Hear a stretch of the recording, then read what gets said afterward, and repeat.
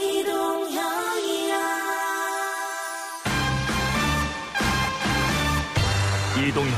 뉴스 정면 승부. 이동형의 뉴스 정면 승부.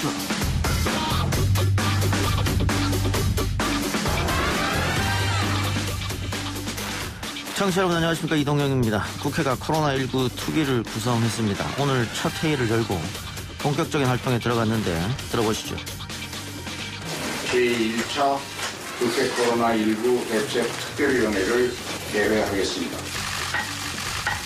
당장 시급한 문제를 실질적으로 해결하는 데 도움을 줄 수 있도록 핀셋 특위로 운영해 주실 것을 위원님들께 강조드립니다. 핀셋 특위로 운영해달라, 위원장으로 선임된 김진표 의원의 말이었습니다. 앞으로 특위에서 어떤 일들을 하게 될지 일부에서 김진표 의원 연결합니다. 먼저 마스크가 원활하게 공급되지 못한 것에 대해서 송구스럽습니다. 생산에 대해서 많은 양을 늘리고 있고 또 생산 등 보다 근본적인 문제를 찾기 위해서 여러 가지 노력을 하고 있습니다. 코로나19 보건용 마스크 부족 사태가 장기화되자 정부가 반성하고 있다는 말로 공식 사과했습니다. 오늘의 이슈들 모아서 기자 언박싱에서 전해드립니다. 이 길이 강주가 가야 할 길이고 강주다움이라고 생각했습니다. 또한 우리시 확진자가 대구 확진자 지원으로 인해 치료에 전혀 지장을 받는 일이 없도록 철저히 대비하고 있습니다. 코로나19 확진자가 급증하면서 어려움에 빠진 대구에 광주시가 손을 내밀었습니다. 경증 확진자들을 위한 병상을 제공하기로 했다고 하는데요. 쉽지 않은 결정이었을 것 같습니다. 이 결정에 5월 단체가 힘을 보탰다고 하는데요. 해시태그 힘내라 대구 경북, 힘내라 대한민국 시리즈 인터뷰에서 만나보겠습니다. 우린 여러분들 뭐라고 이 사람 사죄해야 하겠으니까 정말 면목이 없습니다. 국민 여러분, 정부 당국에서 우리 교회를 위해서 이와 같이 노력해 주시는 데 비해서 너무나 감사하고 감사합니다. 신천지교회 이만희 총회장이 모습을 드러냈습니다. 국민들 앞에 사죄한다며 기자회견을 했는데요. 이들의 말을 어디까지 믿어야 할까요? 탁지일 현대종교 이사장과 인터뷰해보겠습니다. 4부에서는 온갖 문제 연구소로 찾아뵙죠. 3월 2일 월요일 이동의 뉴스 정면 승부 시작합니다.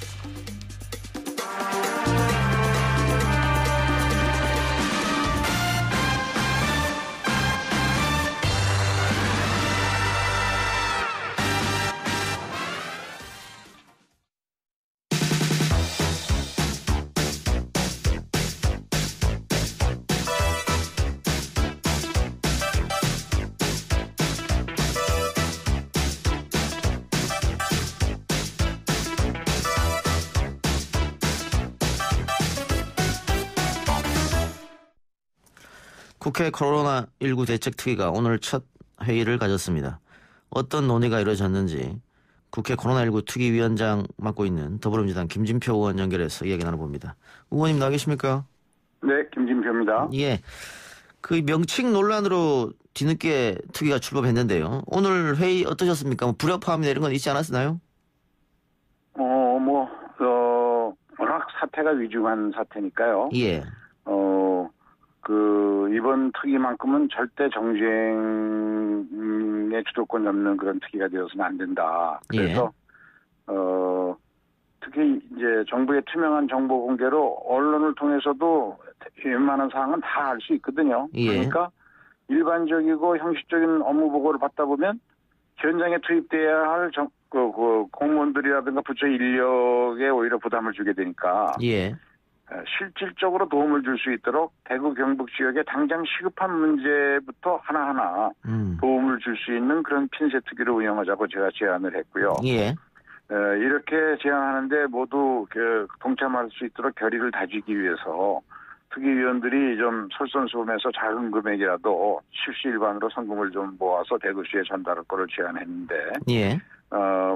이 문제는 모두 다 공감을 하시는 것 같습니다. 물론 18분이나 특위위원 계시니까 한두 분 조금 정치적 그런 발언, 정쟁적 발언을 하신 분이 없는 건 아니지만, 예. 그래도 간사들과 협의해서 다음 특위를 3월 5일 날 아침 9시부터 대구 지역 병상과 의료시설 부족 문제, 가장 시급한 문제죠. 예. 두 번째는 마스크 공급 부족 문제, 이렇게 핀셋 특위로 다 운영하자 예. 협의를 했습니다. 핀셋 특위 운영하자는 것을 다 동의를 한 것 같은데.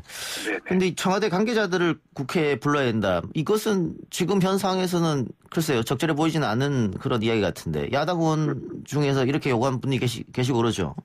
네, 야당 의원들 중에서 한두 분이 그런 말씀을 하셨는데, 예. 그거는 간사회의에서는 받아들여지지 않았고요. 예. 지금은 이 코로나 특위의 확산을 막고 범국민적인 이 코로나 극복의 그런 캠페인을 정치권에서 주도하는 이것이 중요하고, 예. 그리고 나서 이제 좀 코로나 특위가 어느 정도 사그러들게 되면 그때 가서 이제 여러 가지 제도적인 문제라든지 또 한번 쭉 이번 코로나 감염의 확산 과정을 전체를 해보고 제도적으로 대책을 만드는 감염병 그런 대책 같은 거를 강구할 필요가 있다고 봅니다. 예. 그래서 걱정되는 부분이 지금 현장에서 인력도 부족하다 그러고 질병관리본부나 보건복지부도 상당히 빠르게 돌아가고 있는데 혹시 국회에서 자료 제출이나 이번에 청와대 사람을 국회로 불러야 된다 이런 것처럼 출석을 지나치게 요구하거나 그러면 혹시 방해가 되진 않을까 이런 좀 걱정이 드는데요. 저도 그게 제일 걱정이어서 예. 오늘 간사회의에서 자료 제출 요구도 다 알고 있는 걸 계속해서 충격적으로 제출 요구하지 말고 예. 교섭단체별로 단체 카톡방을 운영해서 거기서 좀 걸러가지고 꼭 예. 필요한 것만 제출하도록 예. 하자. 이렇게 해서 대개 협의를 했습니다. 예. 일단 대구 경북 위주로 도움을 주고자 하실 텐데 앞으로 특위에서는 어떤 논의가 이루어집니까? 우선 이제 말씀드린 대로 대구 지역 병상 의료시설 부족 문제를 빨리 실질적으로 해결하는 데 도움이 되도록 해줘야 되고요. 예. 그러려면은 광주같이 자발적으로 참여하는 광역단체도 있지만 민간병원들에서 협조를 해야 되는데 여기에 대한해서는 추경을 통해서 빨리 필요한 병원의 손실보전을 지원해 주는 문제가 중요하다고 생각합니다. 예. 이런 일들을 우리 특위에서 빨리빨리 도와줘야 될 것 같고요. 또 이제 이 추경이 문제가 신속하게 통과되어야만 모든 것이 제대로 돌아갈 수 있지 않겠습니까? 그렇죠. 그래서 각 위원회별로 추경을 심사할 때에 좀 신속하게 통과될 수 있도록 우리 특위를 통해서 필요한 조정을 할 거는 조정을 하고 이렇게 하려고 합니다. 예.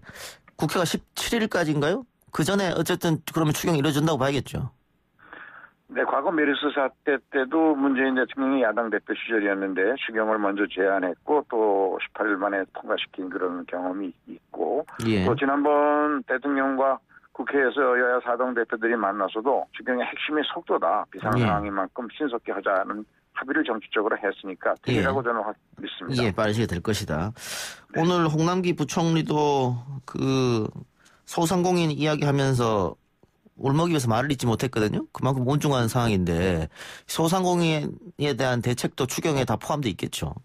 그렇습니다. 이 소상공인 자영업자들이 제일 어려운데 이런 분들에 대한 민생경제 대책 이것이 아주 시급하고 따라서 이번 추경은 오늘 박지원 의원이 본회의 질의 과정에서 감동적 추경이어야 한다는 용어를 쓰셨는데 저도 공감합니다. 우선 이 코로나 특위의 가장 고통받는 사람들을 대상으로 하는 실질적인 도움을 줄 수 있는 그런 추경이어야 되고 그리고 그것을 신속하게 여야가 협력해서 빨리 통과시켜서 바로 집행될 수 있는 그런 점에서 국민에게 감동을 줘야 한다고 생각합니다. 예. 자, 신천지 관련 이야기도 좀 물어보죠. 오늘 이만희 총회장 기자회견 열고 입장 내놨는데 어떻게 들으셨습니까? 사죄한다, 확산 방지 위해서 협조를 다한다 했습니다만 이 코로나19의 급속한 확산도 신천지 때문이고 그리고 확진자의 대다수가 신천지 교회에서 나오고 있는 이 상황에 오늘서야 이만희 총재가 그분이 나온 거는 너무 늦었다고 생각합니다. 너무 늦었다. 예. 30만 명의 종교단체를 하는 책임자로서 최소한도 오늘 이낙연 전 총리가 요청하신 것처럼 신천지의 환자만큼은 신천지의 경증 환자도 있을 테니까 신천지의 환자만큼은 신천지의 많은 시설에서 자가격리해갖고 치료하고 이렇게 정부와 협력해서 했더라면 지금 병실 부족 문제라든가 이런 것도 상당히 해결될 수 있었거든요. 예. 그래서 이낙연 전 총리가 오늘 요청한 거에 대해서 신천지 이만희 교주가 어떻게 대응하는지 그걸 살펴봐야 과연 협조할 것인지 아닌지를 알 수 있을 것 같습니다. 예. 서울시에서 신천지에 대해 고소고발을 했고 추미애 법무부 장관이 신천지를 조사하라고 지시했는데 윤석열 검찰총장이 오히려 방역에 차질이 빚을 수 있다라면서 사실상 거부한 걸로 보이는데 이건 어떻게 보세요? 그거는 뭐 검찰이 어떤 생각으로 그렇게 했는지는 모르겠습니다만 예. 지금 청와대 국민청원에 신천지 해체 청원이 10일 만에 118만 명을 넘었다고 하더라고요. 예.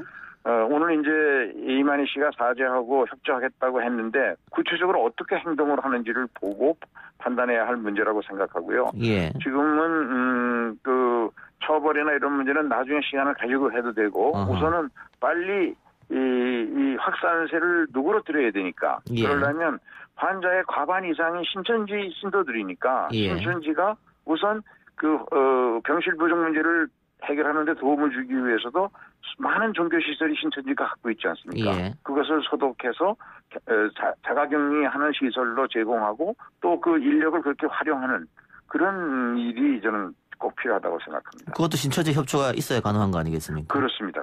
예. 그렇습니다. 근데 이낙연 전 국무총리 비서실장이었죠. 정운현 비서실장이 신천지가 국무총리 포섭을 시도하는 정황이 있었다 이렇게 이야기를 했었는데 혹시 의원님한테는 뭐 그런 접근이나 이런 게 없었나요? 저는 국회 조창기도 회장을 맡고 있는 이제 기도교이니까 저한테는 그런 게 없었습니다만은 예. 그동안 언론을 통해서 간헐적으로 신천지가 정치권을 포함해서 각계의 주요 인사를 포섭하고 있다 이런 이야기들이 나왔었죠. 예. 이런 문제들도 이제 보도를 통해서 보면 오늘 특히 그 정운현 전 총리 비서실장 이야기를 통해서 보면 이 사람들이 과연 이낙연 총리한테까지 했다 그러면 정치권에 뿐만 아니라 각계의 다양한 노력을 했겠구나 그런 점에서 지금 그 SNS 등에서 보면 신천지 아우팅 이 일어나고 있지 않습니까? 예. 그런 점에서 우리 정치권에서도 스스로 이런 문제에 관한 자정 노력이 필요한 시점이 아닌가 생각합니다. 예. 오늘도 마스크를 사기 위해서 줄을 서 있는 모습들이 많이 나왔는데 마스크 대란 문제는 오늘 정부가 사과를 한 것 같은데 예, 조금 사과가 늦었지 않았나 뭐 이런 이야기도 있습니다. 어떻게 보세요? 네, 정부의 행정력이 그 대책을 발표하면 완전히 준비를 해가지고 발표를 했어야 되는데 예. 워낙 급한 상황이니까 대책 방향을 발표했는데 국민들은 그걸 믿었는데 실제로 시행되는데 시차가 한 4, 5일 있었던 것 같습니다. 예. 이제 하루 이틀 지나면서 오늘부터는 조금 사정이 나아지는 것 같긴 한데요. 예. 전체적으로 우리 국민들이나 유통업자들도 이제 정부가 절반의 물량을 공적 공급 체계로 공급을 하게 되면 매점 매석해서 될 일이 아니니까 다량 구매하지 말고 전 국민이 고르게 나눠 쓸 수 있는데 협조를 해야 되는 그런 일이 중요하다고 생각합니다. 예. 그 사망자 대부분은 기저질환을 갖고 계셨던 분이고 고령의 환자들이었고 지금 전문가들 이야기로는 그 젊은 분들은 독감처럼 그냥 지나갈 수도 있다라고 이야기하는데 지금 너무 많은 극심한 공포감을 안고 있는 것도 조금 문제가 아닌가 싶은데 마지막으로 국민 여러분께 당부하고 싶은 말씀 있으면 해주시기 바랍니다. 네, 그렇습니다. 지금 우리가 전 세계에서 가장 빠르게 코로나19의 그 감염 사실을 확인하는 능력이 있다고 알려져 있지 않습니까? 예. 그래서 우리는 정직하게 이것을 최대한 노력을 해서 정부가 갖고 있는 모든 수단을 동원해서 확진자를 정하고 그다음에 그것을 격리하고 치료하려고 하는데 여기에 지금 너무 많이 쏟아지니까 대처하기가 어려운 상황입니다. 그런 점에서 오늘 중증과 경증으로 나누어서 기저질환이 있는 중증 환자들에 대한 피해가 최소화되도록 하는 조치를 우선으로 하고 경증 환자는 생활의료치료시설에서 하는 그런 방향으로 갔기 때문에 예. 이낙연 총리가 얘기한 대로 50%가 넘는 환자가 신천지 신도들이니까 경증 환자들은 적어도 신천지 생활의료시설에서 처리를 하고 그러면서 우리 국민들 입장에서는 의학계 전체가 권고한 사회적 거리두기 운동 부득이한 것 같습니다. 오늘 유은혜 부총리가 개학을 2주 또 연기하지 않았습니까? 예. 학부모님들이 정말 힘드시겠지만 코로나19를 빨리 극복하기 위해서는 우리 모두가 방역 주체가 되어야 하니까 좀 사회적인 그런 모임을 줄여야 하고, 그래서 저도 국회 수찬기도회장으로 이 모든 예배를 온라인으로 해달라고 6만여 목사님들한테 간곡히 부탁을 한 바가 있습니다만, 전체적으로 이런 노력들이 모아져야 된다고 생각합니다.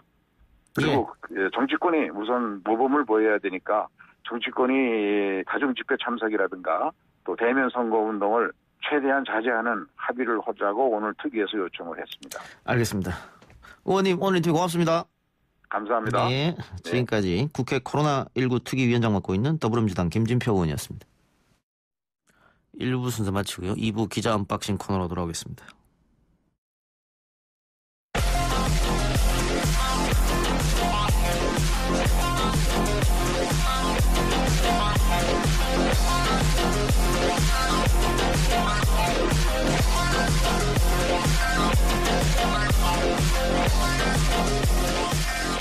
YTN 라디오 이동의 뉴스 정면승부 2부 시작합니다.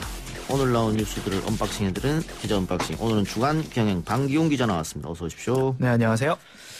정부가 오늘 마스크 부족 사태와 관련해서 공식 사과를 했습니다. 네, 그렇습니다. 사실 그동안 정부 관계자분들 입을 빌어서 수급을 좀 원활하게 하겠다 이런 입장 표명을 해왔었는데 예. 공식적으로 반성한다는 표현을 쓴 사과는 오늘이 처음이었습니다. 이날 예. 이제 김강립 중앙재난안전대책본부 1총괄 조정관 정례 브리핑 중에 나온 발언인데요. 국민이 체감하고 안심할 수 있도록 마스크를 보급하지 못했다는 것, 또 어렵다는 것에 대해서 반성한다. 생산량 늘리기 위해서 노력 중이다라고 했습니다. 문자로 0203님이 마스크 사려다가 더 확산될까 우려됩니다. 어제 하나로마트 갔다가 사람들 줄 선 것 보고 깜짝 놀랐습니다라고 했는데 이런 걱정도 하실 것 같네요. 맞습니다. 지금 전국 각지에서 마스크 품절 사태로 계속해서 이제 대기줄이 있더라고요. 오늘도 제가 오늘 목동에서 확인을 했는데 이 좁은 간격으로 다닥다닥 붙어서 이제 마스크를 사기 위해서 대기줄을 만들다 보면 오히려 이제 감염 확산의 위험한 상황에 이제 처해질 수가 있습니다. 정부도 이제 이렇게 이제 상당히 긴 구매줄에 대해서 이제 건강상 이제 염려가 되니까 적절한 조치를 취할 예정이다라는 입장도 밝혔고요. 근데 이제 전문가분들 얘기를 들어보니까 마스크를 사려고 이제 구매줄을 설 정도로 대기줄 안에 들어갈 정도로 이제 건강한 분들이라면 굳이 마스크를 쓸 필요가 없다라고 또 말씀들 해주시더라고요. 그 마스크를 쓰는 목적이 이 바이러스가 나한테 오는 걸 막는 것보다는 사실은 그렇죠. 내가 갖고 있는 바이러스를 안 뿌리게 하기 위해서 마스크를 착용하는 건데. 그렇죠. 행여나 내가 갖고 있을 수도 있으니까요. 그렇죠. 또 이런 것도 있습니다. 이제 면 마스크는 상대적으로 구하기가 좀 쉽잖아요. 근데 면 마스크를 이용해도 코로나19 예방하는데 무방하다라는 연구 결과도 나왔죠. 지난주에 이제 서울시 보건환경연구원에서 요 마스크를 가지고 그 면 마스크를 가지고 실험을 해서 또 결과를 내놨는데 괜찮답니다. 여기에 예방 효과가 충분히 있고 막을 수 있다고 해요. 이런 부분 좀 참고를 해주시면 될 것 같습니다. 면 마스크를 사용해도 되고 너무 크게 두려움을 안 가져도 된다. 그렇습니다. 오늘 또 전문가들 이야기는 그 젊고 건강한 분들은 혹시 걸렸다고 하더라도 독감처럼 넘어갈 수 있다 이런 얘기잖아요. 네, 그런 얘기들은 계속해서 나왔었고요. 이제 거기에 더해서 나오는 게 마스크가 과연 필요하냐. 이제 유럽 등지나 이런 곳에서는 굳이 마스크를 할 필요가 없다. 감염 증상이라든지 이런 것들이 있는 분들만 해라라는 이제 지침도 있었거든요. 그래서 그런 부분들도 감안을 하시면 될 것 같습니다. 오늘 중국 대사관에서 마스크를 지원했던데 중국에서 또 따로 마스크를 지원한다고요? 그렇습니다. 중국 상하이시에서요. 마스크 50만 개를 기증하기로 했고 실제로 이제 오늘 오전에 상하이 푸동공항을 출발을 했죠. 그래서 먼저 이제 대한적십자사에 전달을 하고요. 바로 이제 대구 경북 지역에 이 마스크를 지원을 할 예정입니다. 예. 총선 이야기도 좀 해보죠. 민주당 비례정당 어떻게 되는 겁니까? 먼저 이제 민주당의 공식 입장은 민주당이 직접 비례정당은 안 만든다. 민주당의 위성정당은 없다입니다. 다만 이제 민주당이 염두에 두고 있는 거는 그 주권자 전국회의를 비롯한 그 시민단체 인사들이 제안한 비례연합정당이 있습니다. 이거 연합정당을 만든다는 건데 여기에는 좀 관심이 있다는 게 이제 그 민주당의 입장입니다.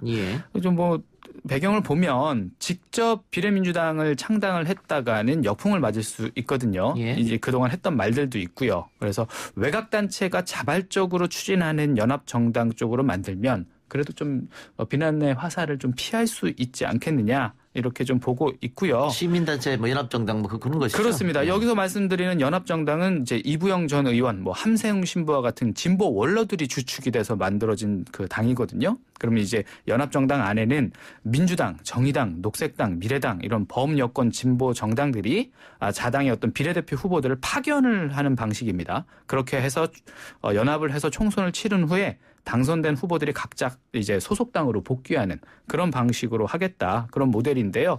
사실 이제 민주당이 주말 전만 해도 이런 그 연합정당 계획에 대해서 사실 좀 말을 아꼈었는데 주말 이후죠. 오늘부터는 좀 적극적으로 긍정적인 입장을 내놓고 있습니다.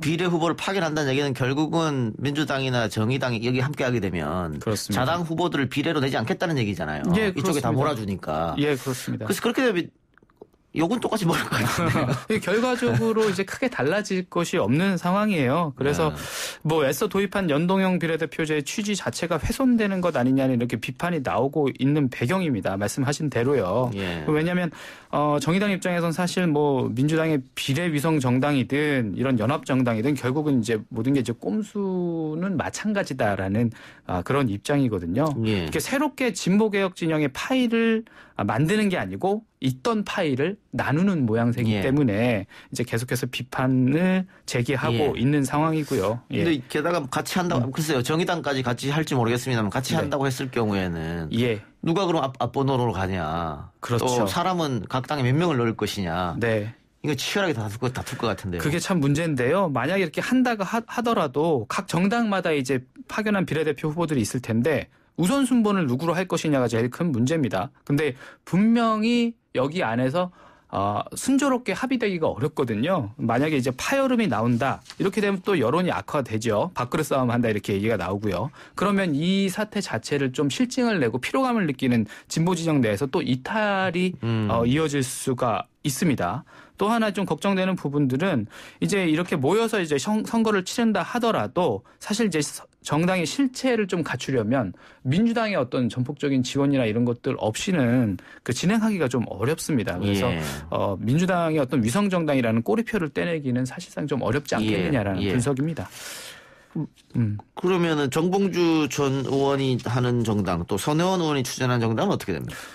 사실 뭐 정봉주 전 의원 같은 경우는 비례정당 열린민주당을 창당을 이미 지난주에 했죠. 예. 그래서 이 전략 자체가 민주당이 비례정당을 안 만들면 이제 그 대안으로 자기가 그 자리로 들어가서 그 원내 진출을 하겠다라는 전략이었는데 지금 만약에 민주당이 연합정당을 택하고 또 이제 연합정당이 실질적으로 출연을 하게 되면 정봉주 전 의원의 계획에도 사실상 차질이 생기는 것이죠. 그리고 또 손혜원 의원이 추진한 정당 역시도 실제로 어느 정도까지 추진될지는 모르겠지만 또 친민주당 계열 정당이라는 그 위성 정당이라는 또 한계가 분명히 있어 보이고요. 이 두 정당 자체는 계속해서 좀 논란의 소지가 있을 것으로 보입니다. 시민을 위하여라는 당도 창당하죠. 그렇습니다. 오늘 기자회견을 했죠. 그리고 최백은 건국대 교수, 우희종 교수가 대표로 있는 그 플랫폼 정당입니다. 그 시민을 위하여라는 이름이고요. 오늘 창당을 했습니다. 예. 이제 이 분들도 이제 비슷한 취지예요. 진보진영 연합정당으로서 자신들의 역할을 하겠다라는 것인데 이게 선거 전에 하나로 합쳐지지 않으면은 오히려 민주당이 마이너스일 수도 있겠는데요. 그렇습니다. 이렇게 지금 뭐 본물 터지듯이 나오고 난립을 하게 되면 이걸 교통정리를 해야 되거든요. 예. 그럼 또 결국은 밥그릇 싸움처럼 비춰질 수가 있고요. 지금 한 달 조금 더 남았습니다. 예. 좀 두고 보죠. 예.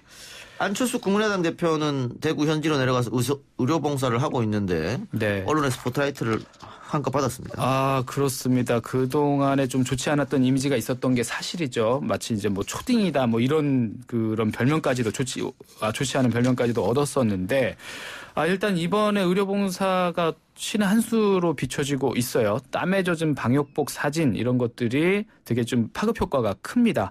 우호 여론도 많고요. 응원 여론들도 계속해서 커지고 있습니다. 그러니까 뭐 댓글 좀 살펴봤더니 이런 모습 그대로 유지한다면 다시 응원하겠다라는 분들도 나오고 있고요. 사실은 직접 의사가 내려가서 이렇게 그 봉사활동 하는 것 자체가 이제 다른 정치인들이 마스크 쓰고 뭐 허공에 소독제 뿌리고 하는 그런 모습들하고는 사실 좀 그렇죠. 다르고 차원이 좀 다르죠. 받아들여지는 느낌이 좀 다르기 때문에. 그리고 또 이제 안철수 대표가 봉사 시한을 정하지 않고 계속해서 하겠다 이랬거든요. 그래서 일부 언론에선 이제 좀 안철수 바람이 사실 늦바람 부는 것 아니냐라는 분석 기사도 나오고 있는 상황입니다. 근데 국민의당이 지역구 후보 내지 않고 비례 후보만 내기로 했지 않습니까? 그렇죠. 그러면 미래통합당하고 사실상 선거연대다 이런 분석이 있더라고요. 그렇습니다. 이제 뭐 현실적으로 보면 지역구를 내지 않는다는 것 자체, 그거는 좀 반문 선거 연대가 이뤄진 셈입니다. 그러니까 안 대표가 직접 지역구는 야당을 찍고 그리고 비례는 국민의당을 달라 이렇게 좀 언급을 했었죠. 이게 반문 선거연대를 이렇게 이루게 되면 결국 이제 접전 중인 수도권 선거 구도에 상당한 영향을 끼칠 수가 있습니다. 그렇겠죠. 뭐 5% 정도 차이를 가지고 이제 지지율 가지고 계속해서 투표율 가지고도요. 득표율 가지고 싸우고 있는 상황인데 여기에 후보를 내지 않는다. 이거는 또 미래통합당 쪽에 유리하게 영향을 미칠 수가 있는 상황입니다. 또 선거 끝나고 그러면 통합하는 거 아니냐 뭐 이런 이야기도 나올 수 있고. 그렇습니다. 뭐 통합당 측에서는 지금도 안 대표 측에다가 통합 러브콜을 보낸다고 하고 있죠. 일각에서는 뭐 안 대표에게 비례대표 지분 일부를 보장하는 방식으로 통합을 타진해보는 방안도 뭐 고려해 두고 있고 염두에 보고 있다라고 하는데 일단 안철수 대표 측은 지금은 아니다.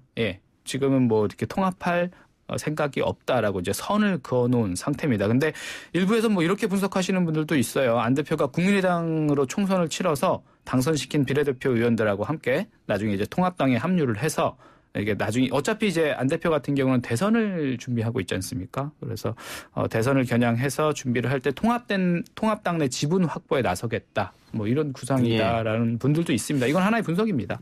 하나만 더 관치죠. 코로나와 직장 갑질이 무슨 상관인지 모르겠는데 코로나19로 갑질에 시달리는 직장인 분들이 많다. 무슨 얘기입니까? 코로나로 이제 매출을 타격을 입는 업체들이 늘고 있는 건 사실입니다. 그런데 이제 회사가 어려우니까 매출이 안 나오니까 직원들의 어떤 급여 삭감부터 시작을 한다는 거죠. 먼저 기본급을 회사에 일정 부분 기부를 해라. 좀 강압적이라는 게 문제입니다. 코로나19로 업무량이 줄고 근무 시간이 줄어드니까 너네들 추가적으로 추가 수당이나 이런 것들은 앞으로 주지 않겠다라고 회사에서 자체적으로 방침을 정합니다. 이게 동의 과정을 거치지 않고 이렇게 일방적으로 내려온 지시, 또 여기에 대해서 거부를 하면 권고사직 처리를 한다. 뭐 이렇게 나오고 있으니까 사실상 이건 좀 굉장히 강도가 높은 직장 갑질이라고 볼 수 있죠. 글쎄 그러면 대기업에서는 이렇게 하진 않을 테고.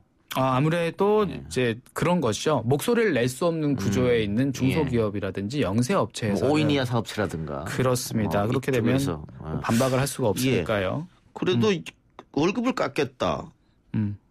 수당을 주지 않겠다. 이건 좀 심한 게 아닌가 싶은데. 좀 심한 상황이죠. 당연히 이 상황은 사실 현행법상 민법상에서도 불법이고요.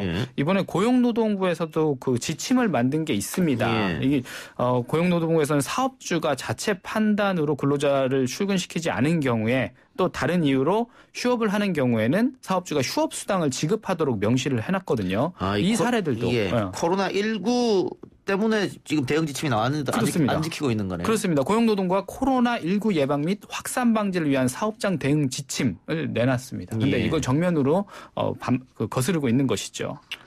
알겠습니다. 당국에 신고하고 이럴 때는 또 직장갑질 119라고 시민단체 있지 않습니까? 맞습니다. 그쪽을 통해 상담이나 법률 지원 받는 것도 방법이 아닌가 싶습니다. 네, 지금 말씀드린 것들이 직장갑질 119에서 상담한 내역들입니다. 그렇군요. 알겠습니다. 오늘 기자 언박싱은 여기까지 듣죠. 지금까지 중앙경향 방기훈 기자였습니다. 네, 감사합니다.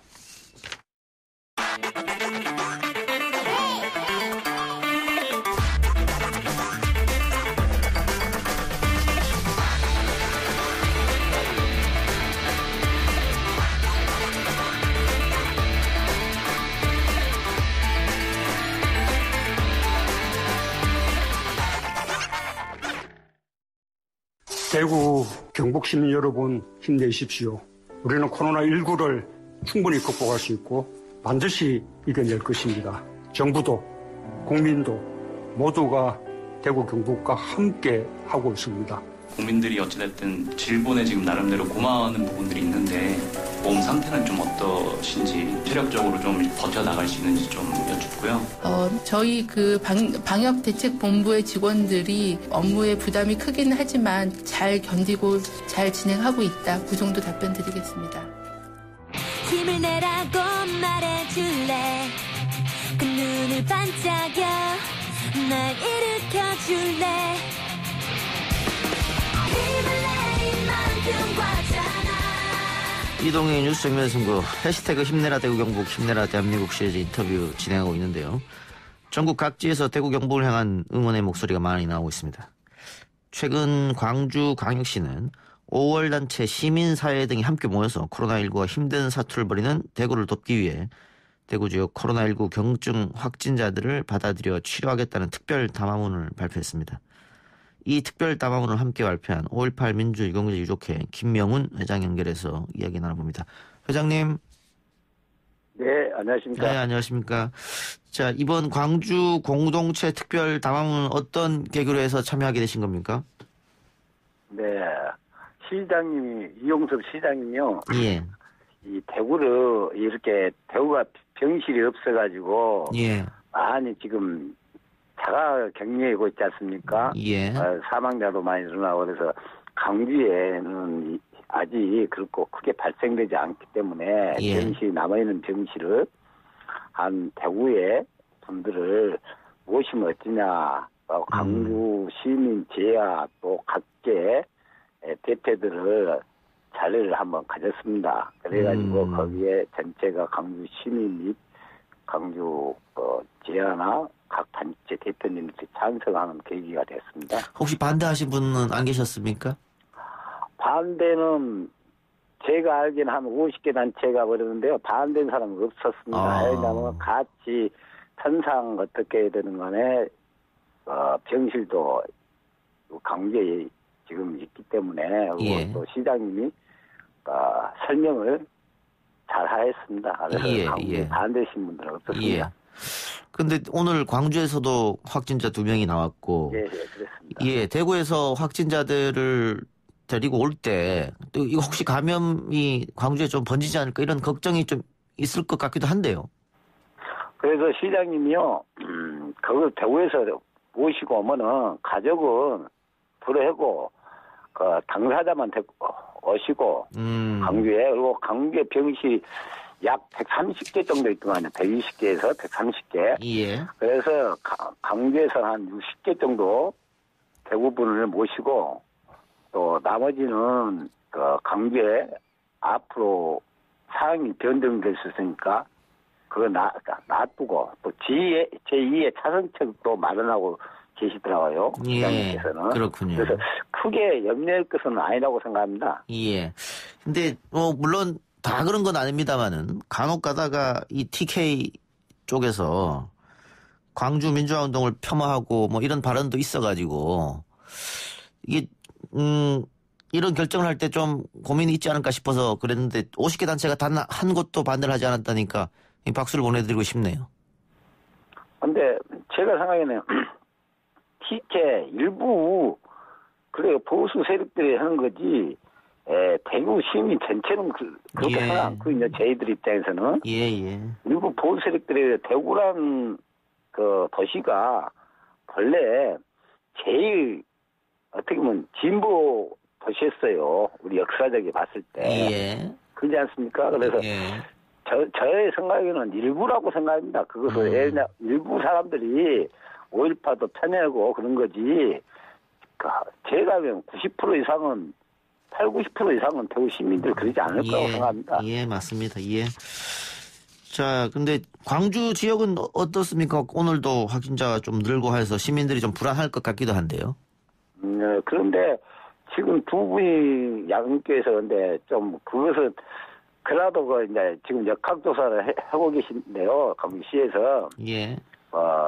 제 생각에는 그렇습니다. 이 종교단체나 이 다중시설을 좀 종교나 이런 데 자제를 좀 해줬으면 좋다고 생각하거든요. 제일 또 이번 3월 달에 해외 모임이 있는데 취소를 다시 했거든요. 예. 좀 그런 걸 정부의 차원에 이해를 해보는 좀 협조를 해줬으면 감사드린다고 생각합니다. 예. 교회 같은 모임이라든가 이런 걸 좀 자제해달라 이 말씀 같고요. 예. 알겠습니다.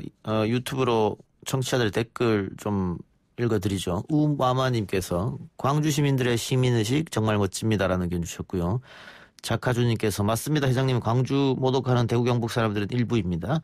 또 동욱이맘 지연님께서 제가 이상한 거 봅니다. 회장님 인터뷰에 왜 이렇게 눈물이 나는지 모르겠습니다라는 의견 주셨습니다.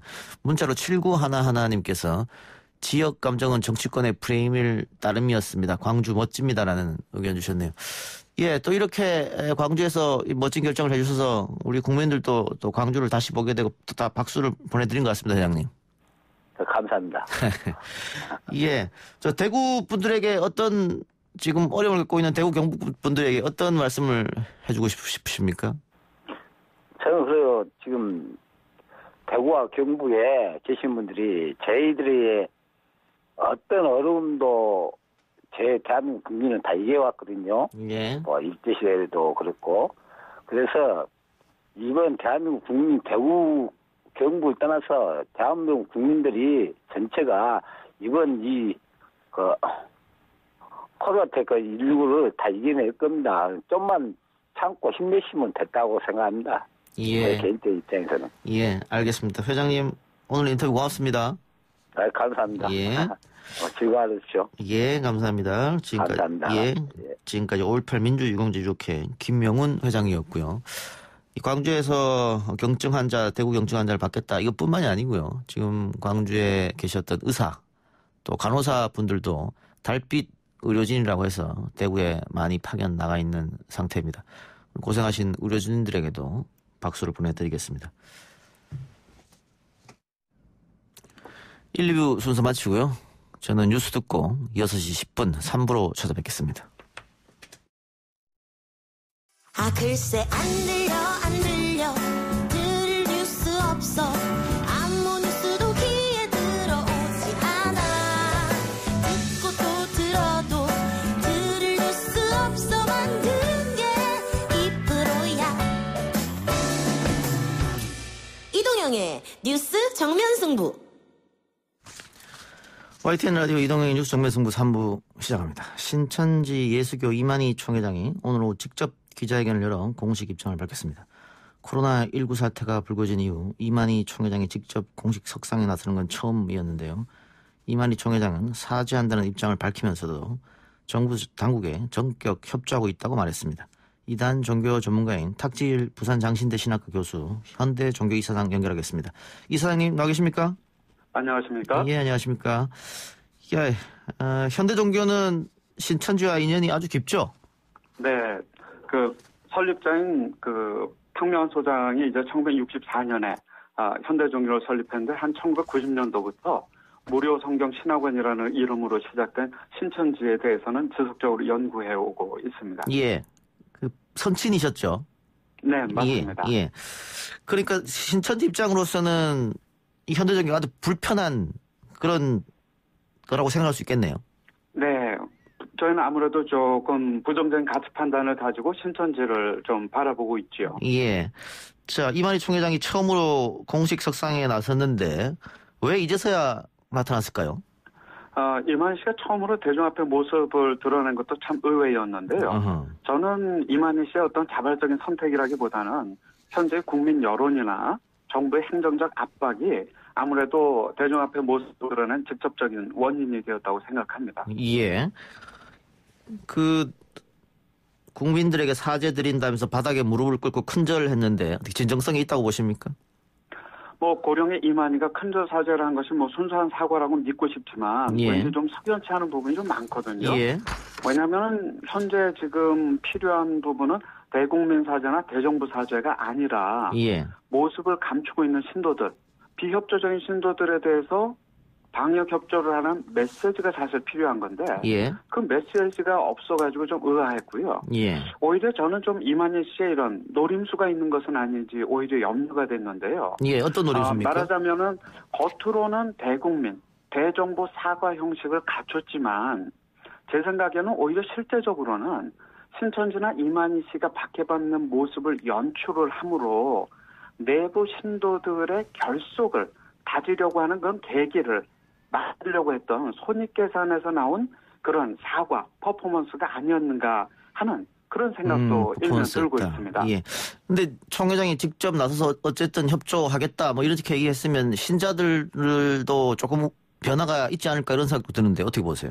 오히려 뒤에서는 마귀의 짓이나 지금 신천지가 겪고 있는 것을 환란이라고 표현하면서 겉에서는 눈물 글썽이면서 큰절 사과를 했다고 하는 그 이유배반적인 모습 중에서 신천지 신도들은 어떤 걸 택하겠습니까? 저는 후 전자에 있었던 그 신천지의 신도들에 대한 그런 교리적인 해석에 더 집중할 수 있거든요. 그렇기 때문에 그 부분이 조금 염려가 되는 것이지요. 과연 진정성을 갖고 협조를 할 것인가 아니면 또 다시 한번 양치기 소년이 될 것인가. 저는 전자에 대한 그 우려가 더 큽니다. 예. 신천지 쪽에서는 이만희 총회장에 대해서 뭐 재림 예수다 이런 주장도 했었던 것 같고. 네, 본격화된 부분이 있습니다. 예.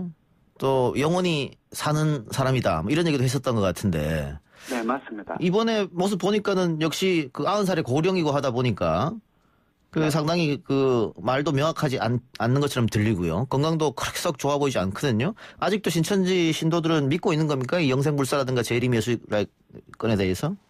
우리가 좀 상식적으로 생각할 부분이 있고 또 종교적으로 바라봐야 될 부분이 있는데요. 종교적으로 바라보게 되면 신도들은 보고 싶은 것을 보고 믿고 싶은 것을 믿습니다. 이만희 씨의 외모적인 모습과는 다르게 이미 교리적으로 이만희 씨의 교리를 받아들인 입장에서는 모든 것을 긍정적으로 해석을 하지요. 우리가 볼 때는 노령의 이만희가 하는 저 이야기가 옳은가 그른가를 보지만 신천지 신도들은 그 고령의 이만희가 큰절까지 하면서 사과하는 모습에 대해 가지고 오히려 이러한 이만희 씨의 가르침에 대해서는 우리가 순종할 것인가 불순종할 건가를 따지게 되죠.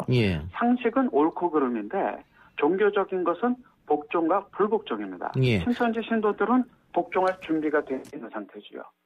그렇다면 앞으로도 신천지 쪽에서 계속해서 진실을 감추고 거짓을 이야기할 확률이 있겠네요.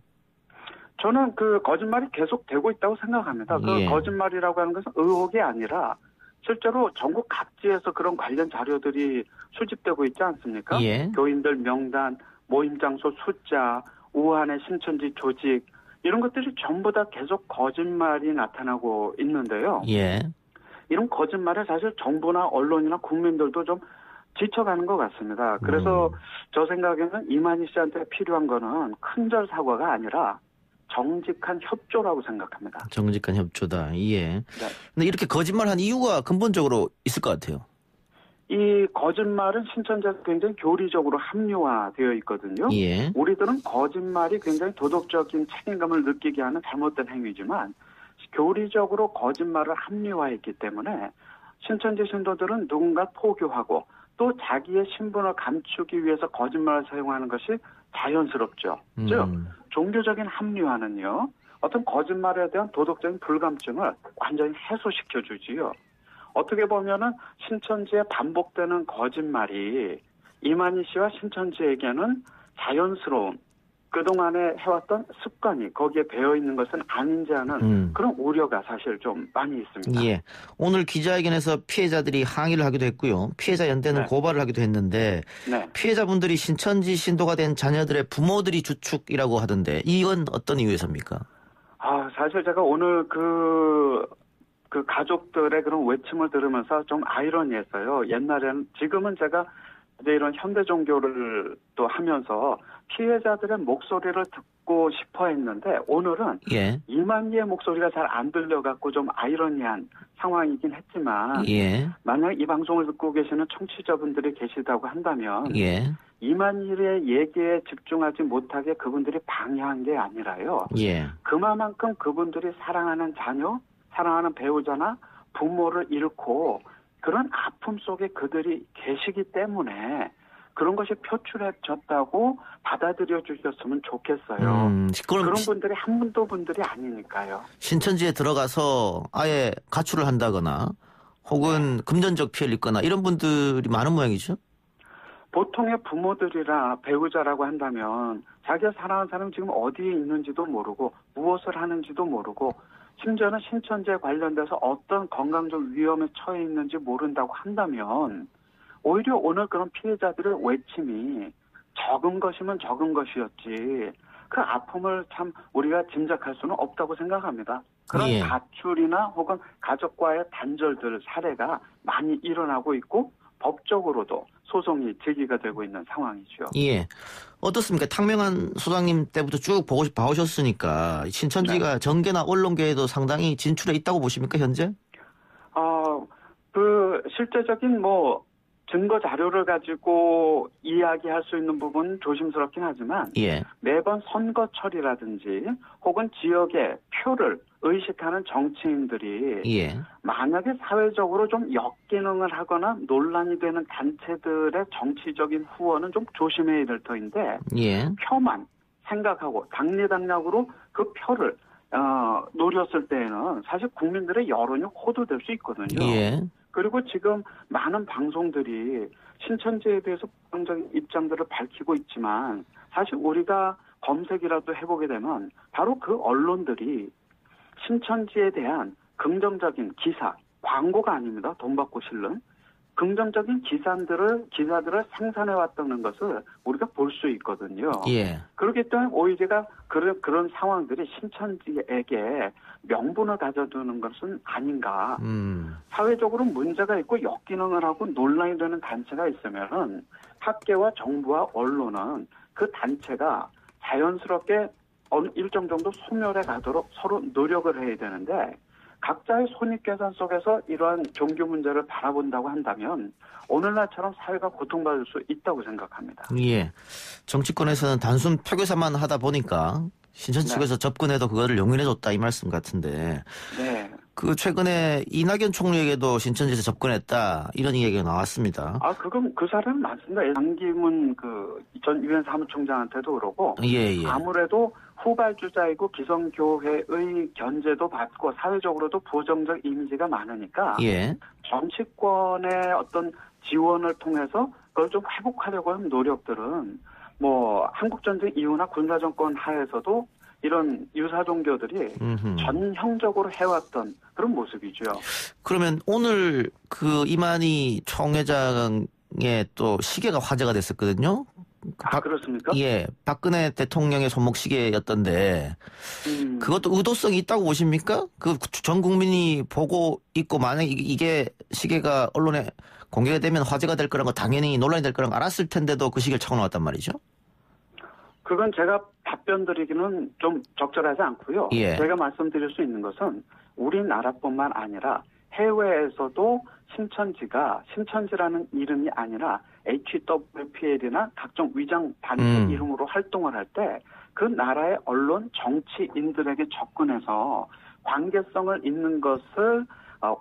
맺으려고 했던 것을 볼 수가 있고 예. 외부로는 그렇게 활동하면서도 그 사진이나 보도를 국내로 가져와서 신도들에게는 우리가 이렇게 활동하고 있다라고 하는 것을 홍보함으로써 예. 신도들을 좀 통제하려고 하죠. 만에 하나 그 박근혜 씨의 시계를 의도적으로 노출하려고 했다고 한다면은 예. 이만희의 고도의 정치적인 계산이 담겨 있을 수도 있겠죠. 예, 그럴 가능성도 있고 알겠습니다. 근데 지금 천안에서 또 줌바 댄스 강사, 네. 예, 이게 지금 여기서 많은 확진자가 나왔거든요. 근데 이 줌바 댄스 강사가 JMS하고 또 연관이 있다 그래가지고. 그렇습니까? 예, 이 JMS는 어떤 종교입니까? JMS는 이제 그 설립자인 정명석 씨가 설립을 했고. 많은 청년 대학생들이 거기에 관련이 되어져 있는데 정명석 씨가 여신도들에 대한 성범죄 혐의로 감옥에서 징역 만기 10년을 복역을 하고 2018년 초에 출소를 했지요. 출소를 예. 네. 그 복역하고 출소를 했음에도 불구하고 아직 따르는 신자들이 있다 이 말씀입니까? 그럼요. 아직도 많은 신도들이 있고요. 우리는 흔히 생각하기에 교주가 사망하거나 감옥에 갇히거나 이러면은 그 조직이 와해될 수 있다고 생각하는데 예. 그렇지는 않습니다. 일반적으로. 우리에게는 범죄를 저질러서 그 지도자가 감옥에 있다고 생각이 들지만은 신도들에게는 자신들의 지도자가 불합리하게 감옥에서 고난받고 있다고 받아들이게 되거든요. 박해받고 있다고 생각하는군요. 네네. 그래서 제가 아까 이 유사종교의 문제는 상식의 문제가 아니라 사실 다른 관점으로 우리가 볼 필요가 있다는 게 그 말씀입니다. 알겠습니다. 자, 그런데 그 최근 교수님 신도들도 신천지 신도들도 우리 국민이다. 혐오의 대상이 되지 말았으면 좋겠다. 이런 뜻으로 쓰신 것 같은데 맞습니까? 제가 말하고자 했던 것은요. 우리는 종교 자유가 있고 그 종교가 어떤 특별한 위법성을 갖고 있지 않는 한 그 종교를 존중해 주는 것이 종교 자유의 기본적인 원칙 아닙니까? 그렇기 때문에 우리가 정확한 근거 있는 정확한 비판이 필요합니다. 예를 들어서 2014년 세월호와 구원파 관계 속에서 언론과 사회가 얼마나 많은 시행착오가 있었습니까? 그것으로 인해서 연속되는 정종 반론 보도를 구원파가 제기했고 국가는 구원파 대상 소송에서 승소하지 못한 부분이 많이 있거든요. 그렇기 때문에 우리는 신천지가 문제라고 한다면 거기에 대한 정확한 비판이 필요한 것이고 제가 그 신천지가 국민이라면이라고 표현했던 것은 우리가 그런 종교의 자유도 존중하지만 신천지가 국민이라면 그들의 숫자, 그들의 접촉, 그들의 지역감을 막기 위한 노력, 그 국민으로서의 의무를 다했을 때 신천지 신도들은 대한민국 국민이다라고 말하고 싶었던 것입니다. 알겠습니다. 그 신천지 신도들 사이의 집단 감염 사태, 이 비슷한 종교 단체에서 또 이런 일이 벌어지지 말란 법은 없으니까 이 실마리를 어떻게 풀어야 할까요? 네? 어떻게 풀어야 할까요? 이런 것들을? 저는 종교학자이거든요. 저는 종교학자로서 양파 껍질 마치 벗겨지듯이 신천지가 계속 거짓말로 일관하고 있는데요. 저는 좀 행정적 개입이 중요하다고 이 시점에서 중요하다고 생각을 합니다. 저는 이만희 씨가 오늘 회견에서 잘잘못을 따질 때가 아니라고 얘기하는 것을 들었는데요. 저는 오히려 지금이야말로 감염 확산이나 방역의 시행착오 재발을 방지하기 위해서라도 잘잘못을 분명히 따져야 될 때라고 생각합니다. 알겠습니다. 교수님 오늘 말씀 고맙습니다. 네, 고맙습니다. 감사합니다. 지금까지 탁지일 부산 장신대 교수이자 현대종교 이사장이었습니다. 3부 순서 마치고요. 4부 순서로 돌아오겠습니다.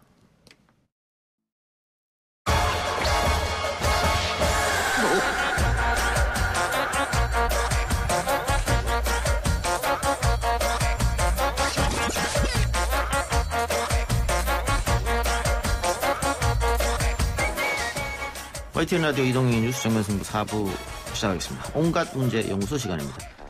김기태 미국 변호사, 국립암센터 가정의학과 명순건 박사 나왔습니다. 어서 오십시오. 안녕하세요. 안녕하십니까. 자, 오늘도 코로나 이야기를 하지 않을 수 없는데 신천지 교인들에 대한 검사로 확진자가 4,000명을 넘어섰습니다. 환자가 급증한다기보다는 빠르게 찾아내고 있다 이런 이야기도 있던데 어떻게 보십니까, 명 박사님께서는? 네, 일단 미국이나 일본 다른 나라도 마찬가지고요. 사실은 지금 현재 환자들이 존재할 텐데 그 부분에 대해서 제대로 진단을 안 해낸다고 생각하고 있다는 것이죠. 그런 것에 비해서 우리나라 같은 경우는 특히 31번 환자 이후에 역학조사를 통해서 그 신천지 집단 발병을 미리 조기에 발견을 하면서 지금 그 숫자가 급증한 것이죠. 그러니까 환자가 그냥 자연적으로 급증했다기보다 있는 환자를 빨리 찾아내고 있다. 이렇게 분석할 수 있겠습니다. 지금 특히 우리가 다른 나라에 비해는 100배, 1000배 이상 검사를 많이 하고 있는데 특히 이란이나 일본에서는 이게 워낙 검진자 수가 적어서 야당이나 언론에서 혹시 은폐하려고 그러는 거 아니냐 이런 이야기까지 지금 나오고 있는 실정입니다. 네, 질병관리본부에서 지난 13일에서 24일까지 코로나19 검사 총계를 보면요. 한국은 일본보다 60배, 미국보다는 700배 가까이 검사 비율 월등히 높습니다. 그리고 일본의 경우에는 아까 명 박사님이 말씀하셨던 것처럼 일본의 경우에는 중증이나 그리고 내가 증상이 있는데라고 찾아왔을 때 확진자 검사를 하지만 우리나라 같은 경우에는 확진자를 찾아가는 거기 때문에 훨씬 더 많은 확진자를 찾아낼 수 있었다. 그래서 일본 같은 경우는 지금 확진자보다 훨씬 더 많은 숫자가 있을 것이다라는 예측을 하고 있습니다. 예, 예를 들어서 지금 그 전 세계적으로는 중국이 당연히 가장 많은 확진자고 그 다음에 우리나라 그리고 이제 유럽 이탈리아가 1,600명대고요. 그리고 이제 그 네 번째 바로 이란인데요. 이란 같은 경우에 이제 약 978명 정도 되는데 2월 19일 그러니까 한 10일 전 정도에 발표가 되기 시작해서 아주 짧은 시간 동안에 거의 1,000명이 갑작스럽게 확진자가 증가했거든요. 그런데 좀 독특한 거는 거기에 비해서 이제 또 사망자도 54명으로 중국 제외하고 가장 많습니다. 우리나라보다 훨씬 많은 거죠. 한 2배 이상 되고. 그리고 또 이제 독특한 게 완치자도 175명이나 돼요.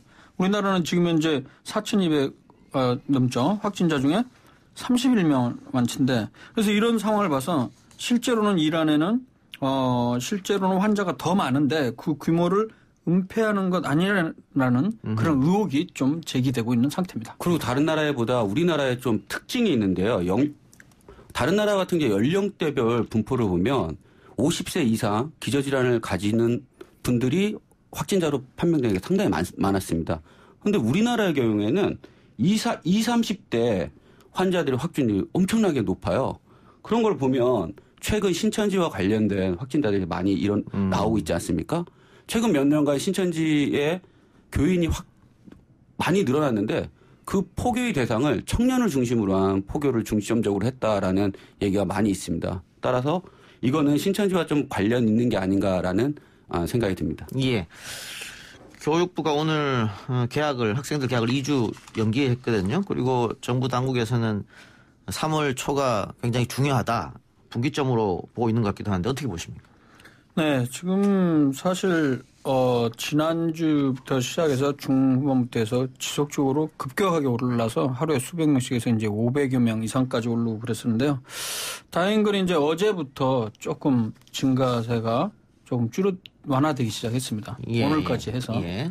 이 부분은 그래도 하루에 뭐 기백 명씩 나오고 있는데 그 이유는 잘 아시는 대로 신천지 그 교인들을 전수조사를 해서 거기에서 증상이 있는 유증상자에 대한 수천 명에 대해서 지금 검사에 바로 들어간 상황이기 때문에 제가 봤을 때는 당분간 이번 주까지는 좀 기백 명 단위로 나올 테지만 전체적으로는 좀 줄어들지 않을까 이번 주를 위해서. 뭐 어제 오늘 조금 하락세를 보이고 있습니다. 물론 중간에 왔다 갔다 하겠지만 오르락내리락 하겠지만 전체적으로 이번 주말 되면서 많이 좀 줄어들지 않을까 그런 생각이 듭니다. 그런데 이제 우리가 궁금한 거는 그거죠. 자, 과연 이거 뭐 앞으로 어디까지 갈 것인가. 그렇죠. 예. 그건 누구도 알 수는 없는데 그러니까 간단하게 이렇게 생각해 볼 수는 있어요. 지금 제가 말씀드리고 싶은 거는 많은 분들이 이 숫자가 하루에 몇백 명씩에서 지금 뭐 4,000명 이상 되니까 상당히 불안감 혹은 뭐 어떻게 보면 좀 공포감이 있죠. 공포감을 느끼고 있단 말이죠. 스트레스도 엄청나시다고 합니다. 그리고 이제 좀 그걸 또 정치적으로 그 야당이나 또 일부 사람들 같은 경우는 그걸 활용을 해서 뭐 정부를 공격하고 이렇게 하는데 제가 봤을 땐 그렇습니다. 일단 그냥 우리가 치사율이라는 개념이 있지 않습니까? 확진자 중에 몇 명이 사망을 했는데 그게 굉장히 중요한 건데요. 맞습니다.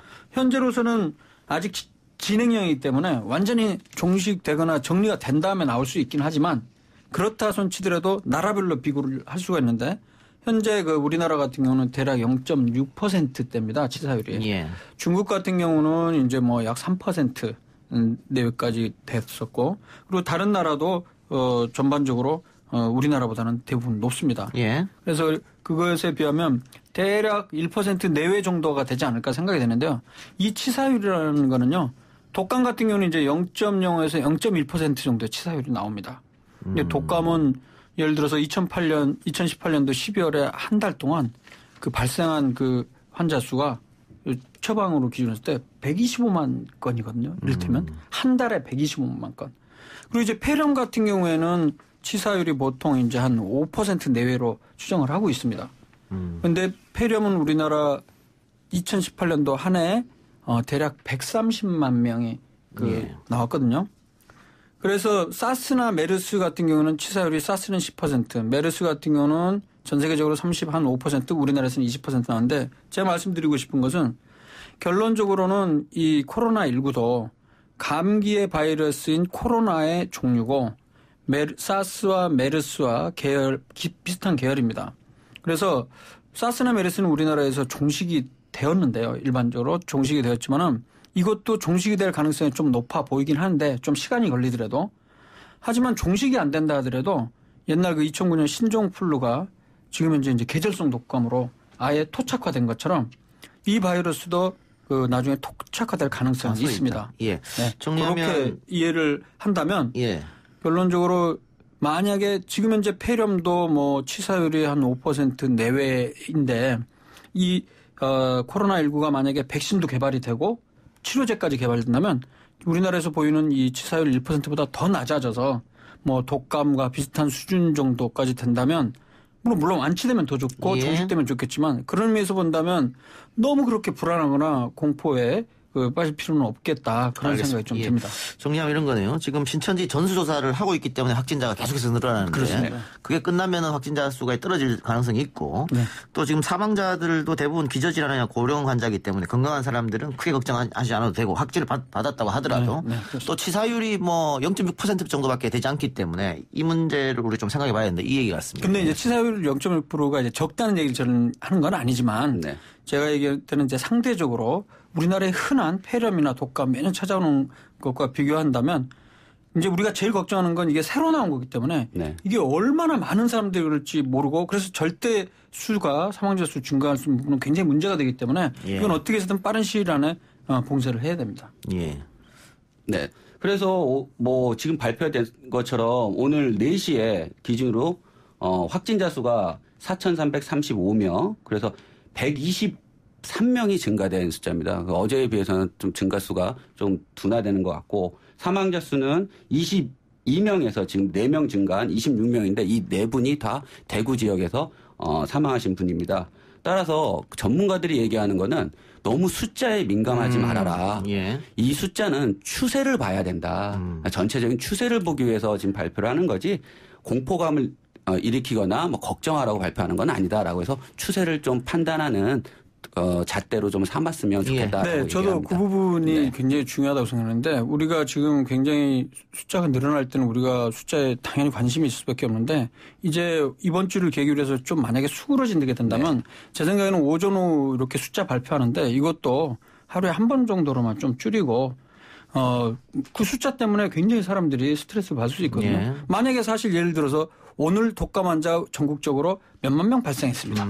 폐렴 환자가 몇만 명 발생해서 몇백 명 사망했습니다. 이런 걸 발표한다면 사람들 굉장히 공포에 빠지지 않겠습니까? 그렇게 안 하죠. 당연히. 네, 그렇게 안 하는 것처럼 지금이야 이제 확산되는 시기이기 때문에 국민들이 알 권리 때문에 정보를 투명하게 공개하는 건 맞는데 이제 향후 좀 안정화된다면 이런 부분들도 좀 고려해 보아야 되지 않을까 그런 생각을 좀 해봤습니다. 언론들도 좀 힘이 되는 그다음에 확진자가 또 어떻게 회복됐다는 듯 어떻게 회복됐고 그리고 지금 의료인들이 얼마나 노력을 하는 이런 좀 긍정적인 보도를 좀 많이 해 주신다면 국민들이 코로나19에 대한 스트레스나 어떤 걱정을 좀 덜지 않을까 생각합니다. 네, 그래서 그 중국 자료를 보면요. 최근에 논문들이 다 나왔는데 전체 뭐 약 8만 명에 달하는 그 확진자들 중에 80% 좀 넘는 인원은 경증으로 분류가 됩니다. 거의. 그렇죠. 경증이라는 말은 이제 그냥 감기 정도 수준. 간혹 폐렴이 있지만 심하지 않은 정도. 그래서 거기서는 대부분 그냥 특별한 치료 없이도 완치가 되었고요. 15% 정도는 이제 중증인데 이런 경우는 이제 호흡기 증상도 있는 폐렴으로 진행하는 경우고요. 이런 경우는 입원이 필요하죠.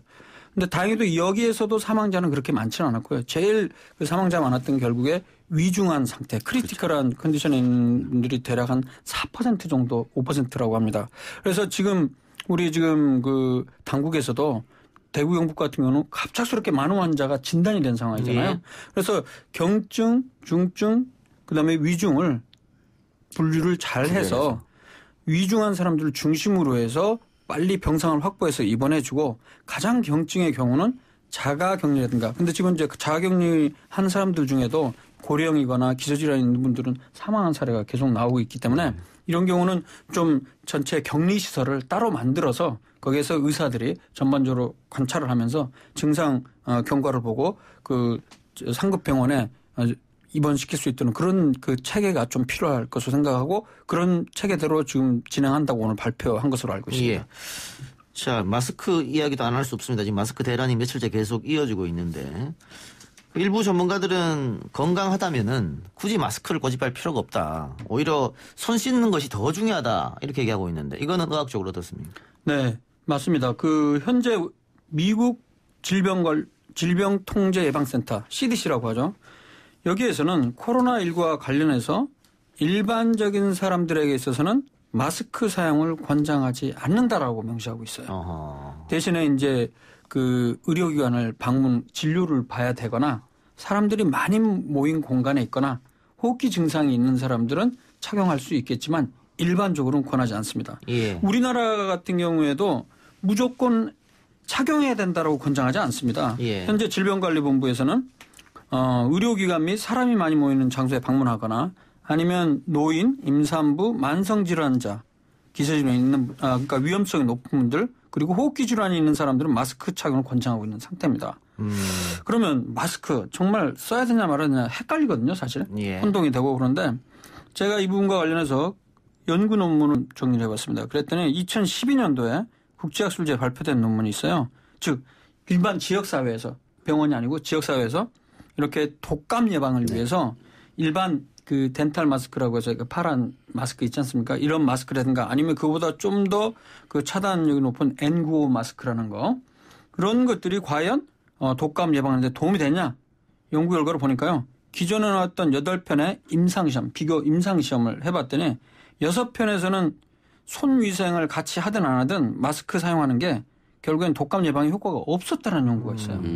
일부 연구 한두 편에서는 마스크 단독은 큰 도움은 안 되는데 손위생, 손 씻는 걸 잘하고 하면 그거는 좀 예방 효과가 좀 있었다. 일부 있고요. 그리고 이제 사스와 관련한 거는 이제 임상시험은 아니고 이미 데이터를 후향적으로 다시 이전으로 돌아가고 관찰한 연구에서는 효과가 있다는 그런 보고는 있습니다. 결론적으로 어떻게 이야기할 수 있냐면요.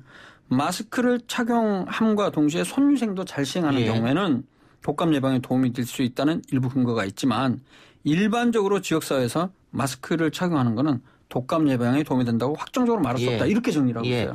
그러니까 그러면 결론적으로 코로나19는 어떠냐. 사실 독감이랑 다르기 때문에 다를 수 있는데 현재로서는 그 연구 결과가 없는 상태입니다. 그러면 지금 현재는 어떻게 되냐. 일단은 이게 다행히도 독감이나 홍역 같은 경우는 에어로졸이라고 공기 감염이 심각한 거거든요. 근데 이거는 공기 감염의 근거는 아직까지는 없고 밀접한 접촉한 상태에서 비말, 기침이나 재채기로 감염이 되는 거기 때문에 그런 상황이 아니라면 굳이 마스크를 일반 넓은 공간이나 야외에서 혼자 있을 때 마스크를 쓸 필요는 없거든요. 어떤 밀집된 공간이나 사람들과 같이 이야기는 그런 상황에서 의료기관 방문 시에 착용하고 그 나머지 상황에서는 굳이 착용할 필요가 없지 않냐 이런 생각이 듭니다. 그러니까 우리가 그 실제 생활에 행동하다 보면 손으로 책상도 만지고 문도 만지고 손잡이도 만지고 많이 만지잖아요. 엘리베이터 버튼도 누르고. 그러니까 그렇게 오염이 더 빨리 오히려 그게 쉽게 되는 것이고 그 오염된 손으로 만일 마스크를 만지게 되면 더 문제가 생기니까. 네, 맞습니다. 손 세척하고 이런데 더 신경을 써달라 이런 말씀 같습니다. 제 생각에는 일단은 마스크를 쓰느냐 안 쓰느냐에 대한 어떤 쓰는 게 좋냐 안 쓰는 게 낫냐 안 써도 되냐 이런 그 결과는 나타나지 않았기 때문에 아직 명확하게 지금은 정부가 하라는 대로 지침을 좀 잘 따랐으면 좋겠다라는 생각이 들고요. 그다음에 가장 중요한 건 마스크를 올바로 써야 됩니다. 그래서 반드시 마스크를 쓰실 때는 귀 있는 부분을 하시고 그다음에 표면은 만지지 마시고 마스크를 쓰더라도 제대로 쓰는 그런 습관을 길러야 되지 않을까라는 생각이 듭니다. 서울시가 그 신천지 이만희 총회장을 살인죄, 상해죄, 감염병 예방 관리에 의한 법률 위반 혐의로 검찰에 고발했는데 어떻게 살인죄, 상해죄, 감염병 예방 관리에 관한 법률 위반은 인정될 것 같은데 살인죄와 상해죄도 인정될까요?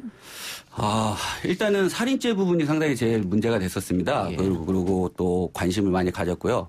그런데 이 살인죄 부분은 지금 박원순 시장님께서 얘기하신 건 미필적 고의에 의한 살인이 가능하다라고 얘기를 하는데 우리가 미필적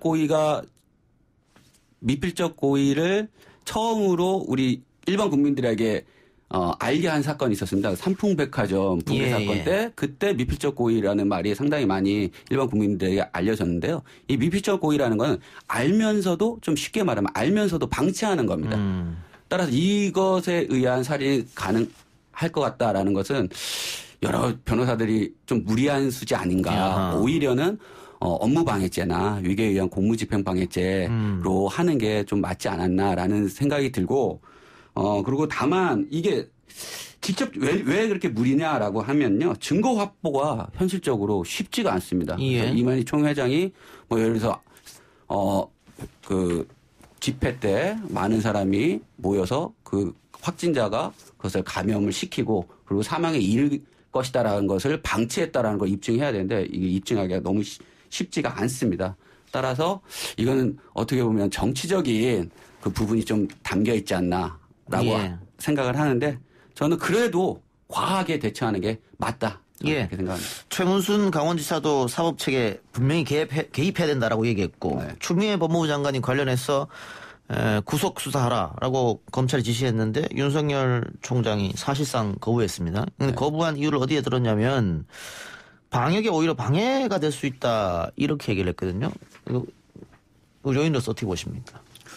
이 부분은 좀 제가 잘 이해를 못 하겠는데요. 제가 뭐 법을 잘 알지는 못하지만 옛날에 방역에 방해가 된다 이 부분입니다. 그게 왜 방역에 방해가 되는지 그 논리를 잘 모르겠거든요. 제가 사실은. 이 부분은 사실 잘 아시는 대로 우리나라 지금 확진자 숫자가 급증한 거에 가장 중요한 부분. 그 부분은 바로 이 신천지 관련한 부분이거든요. 근데 이 부분에 대해서 필요하다면 저는 분명히 조사를 해야 된다고 생각을 하거든요. 근데 이거를 방역에 방해가 되거나 문제가 된다. 저는 굳이 지금 현재 조사도 다 했고 그다음에 역학조사를 통해서 의심이 되는 사람들은 또 검체 검사를 해서 조치를 적절히 취하고 있는 상황이기 때문에 그게 그런 논리는 좀 근거가 좀 부족하지 않나 그런 생각이 듭니다. 변호사로서 법률가로서 어떻게 보십니까? 저야 미국 변호사인데 한국 법에 대해서는 말씀드리기가 좀 그렇지만 저는 그렇게 생각합니다. 지금 이게 도움이 되냐 안 되냐는 국민들한테 중요하지가 않습니다. 도움이 0.0001%라도 된다면 모든 국가 공권력을 다 동원해서 지금 코로나19를 예방하기 확산을 저지하고 예방하기 위해서 노력을 해야 된다고 생각을 하고요. 검찰의 수사가 방역에 방해가 된다라는 거는 어떻게 보면 일반 국민들이 듣기로는 이거는 안 하고자 하는 구실이 아닌가라는 느낌을 지을 수가 없습니다. 따라서 지금이라도 검찰은 압수수색을 통해서 신천지 교인의 명확한 정확한 명단을 확보해야 한다는 여론이 80% 이상이 되고 있습니다. 지금 신천지 교인들이 역학조사를 거부하기도 하고 어떤 경우에는 자신의 동선을 거짓말로 이게 혼란을 주기도 하고 또 자가격리를 하라고 당부했는데 돌아다니기도 나와가지고 돌아다니기도 하고 이런 일이 벌어진단 말이죠. 그렇다면 좀 강하게 처벌해야 되지 않느냐 그런 여론이 좀 있는 것도 사실인 것 같습니다. 이게 코로나 3법이 국회 통과하면서 처벌 수위가 높아졌는데 특히 자가격리 부분은 본인의 건강도 중요하지만 또 타인의 건강도 중요하지 않겠습니까? 본인이 병을 또 버틸 수 있는 문제이기 때문에 자가격리는 좀 철저하게 한번 해야 되지 않겠나 그렇게 보고 오늘 이만희 총회장이 기자회견을 가졌는데 너무 늦었다라는 지적이 많아요. 너무도 늦었고요.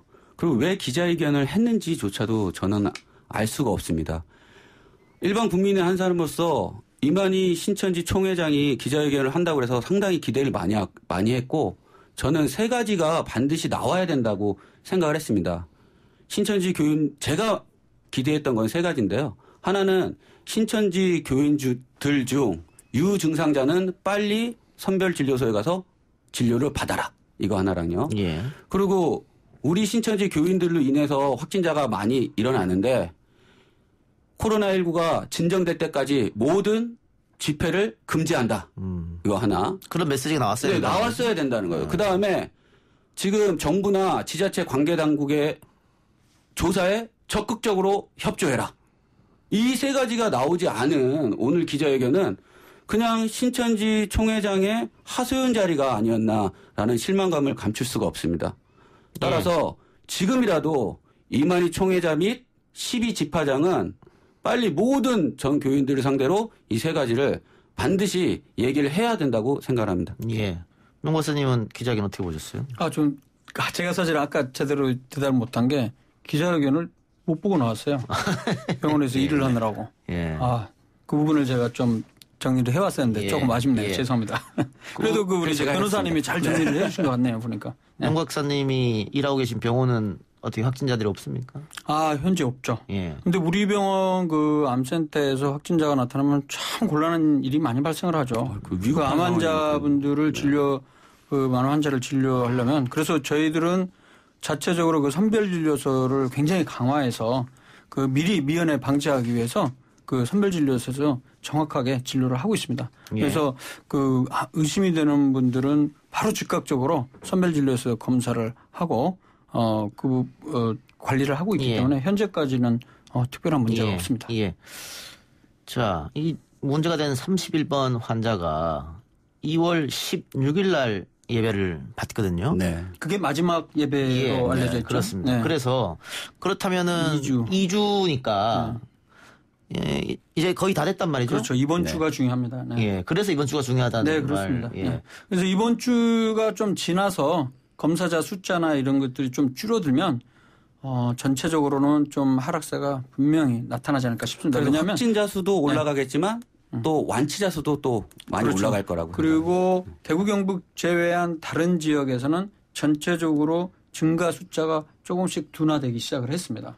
그래서 뭐 항상 1, 2주가 중요하다 그러는데 진짜로 이번 주가 굉장히 중요한 주고요. 또 잘 아시는 대로 그 중국에서 그 유학생들 같은 경우에 개강을 했는데 이 유학생들 중에 과연 얼마나 많은 사람이 나올지 현재로서는 뭐 강릉인가에서 한 명 입국할 때는 무증상이었는데 확진 판결 받았죠. 그런 부분들이 얼마나 될지는 모르겠습니다만 다행히도 뭐 그런 얘기가 있죠. 유학생들 중에 거의 반 정도는 이미 중국에 있지 않고 우리 한국에 계속 방학 때 머물렀다는 얘기가 있었기 때문에 그러니까 변수가 되긴 할 텐데 아주 크게는 변수가 되지는 않을 것이다. 이런 좀 뭐 추측들이 좀 있습니다. 지금 또 속보가 왔는데 원주에서 신천지 신도들 무더기 확진이 됐는데 이것도 지금 증세를 숨기고 병원에 가는 바람에 이런 일이 벌어진 거거든요. 그래서 계속 그 결론 그 변수는 신천지네요. 신천지 문제가 지금 그 부분이 확진이 되겠네요. 16일 날 예배에 참석하지 않은 사람도 한 대구에서 9,300명쯤 되는데 신자들이. 근데 신천지의 특성상 소규모 모임을 했기 때문에 그 예배 이후에도 이 9,300여 명의 신자들이 계속 접촉이 있었지 않겠느냐 하면 그 2주간 격리 문제 말고 또다시 다른 문제가 터질 수 있거든요. 그 부분이 또 이제 우리가 좀 예상치 못하게 또다시 변수가 될 수가 있는데요. 보니까 그 집회라는 게 사실 저는 그런 생각을 했었어요. 보통 일반 그 교회에서도 약간 그 옆에 붙어서 같이 그 예배를 보고 그러지 않습니까? 근데 왜 다를까 봤더니 이 기본적으로 접촉하는 시간 자체가 엄청나더라고요. 한 2-3시간 이상씩 한번 모임을 했다면 그렇게 하고 일주일에 한 번 예배뿐만이 아니고 또 주중에도 뭐 성경 공부부터 해서 그런 것들 계속 이렇게 모여서 그런 모임을 하는 것으로 알려졌습니다. 근데 그런 부분이 실제 그 감염자 수를 그 확산하는데 많이 기여를 하게 된 것 같아요. 이제 의학적으로 보면 우리가 기초 감염 재생산수라는 개념이 있거든요. R0라고 해서 그러니까 환자 한 명이 앓고 있는 동안에 몇 명을 더 감염시키냐. 이 수치가 보통 옛날 신종플루가 1.3에서 1.8 사이 2를 안 넘었는데 이거는 그 중국 데이터에 의하면 이제 2.2거든요. 근데 이번에 이제 신천지와 관련한 부분은 지금 추정컨대 뭐 7에서 10 이상으로 지금 추론하고 있어요. 한 명이 뭐 7, 8명 혹은 10명까지도 감염시키는 이런 아주 심각한 문제 때문에 일어난 것 같습니다. 사태가 이렇기 때문에 신천지에서는 방역당국의 적극 협조가 필요하다. 그런 말씀 드리면서 두 분 말씀 마치겠습니다. 오늘 고생하셨습니다. 감사합니다. 오늘 방송 여기서 마치고요. 저는 내일 이 시간 다시 돌아오겠습니다. 들어주신 여러분 대단히 감사합니다.